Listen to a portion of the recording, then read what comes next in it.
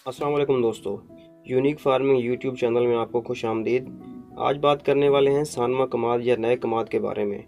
फरवरी या मार्च काश्त कमाद का उगाव तकरीबन मुकम्मल हो गया है। बेहतर पैदावार हासिल करने के लिए ज़रूरी है कि देखभाल फ़ौरन शुरू की जाए। हमने सबसे पहले कमाद में हल्का सा रेजर चलाया है ताकि जो जड़ी बूटियाँ उगी हुई हैं वो ख़त्म हो जाएं।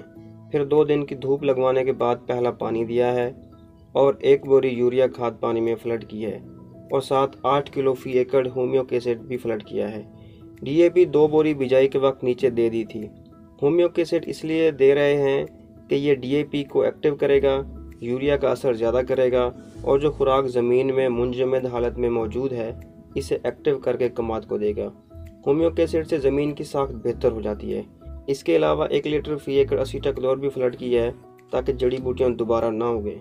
किसी भी फसल की बेहतर और मुतवक्का पैदावार हासिल करने के लिए इसमें जड़ी बूटियों का कंट्रोल होना ज़रूरी है। इस वक्त माशाल्लाह फसल बेहतरीन हालत में खड़ी है और इंशाल्लाह मुतवक्का पैदावार 1200 मन फी एकड़ हासिल होगी। ये तो थी नए कमाद की देखभाल की पहली वीडियो। चैनल को सब्सक्राइब कर लें ताकि तमाम मराहल की वीडियोस आप तक पहुंचती रहें। अपना ख्याल रखें। अल्लाह हाफिज़।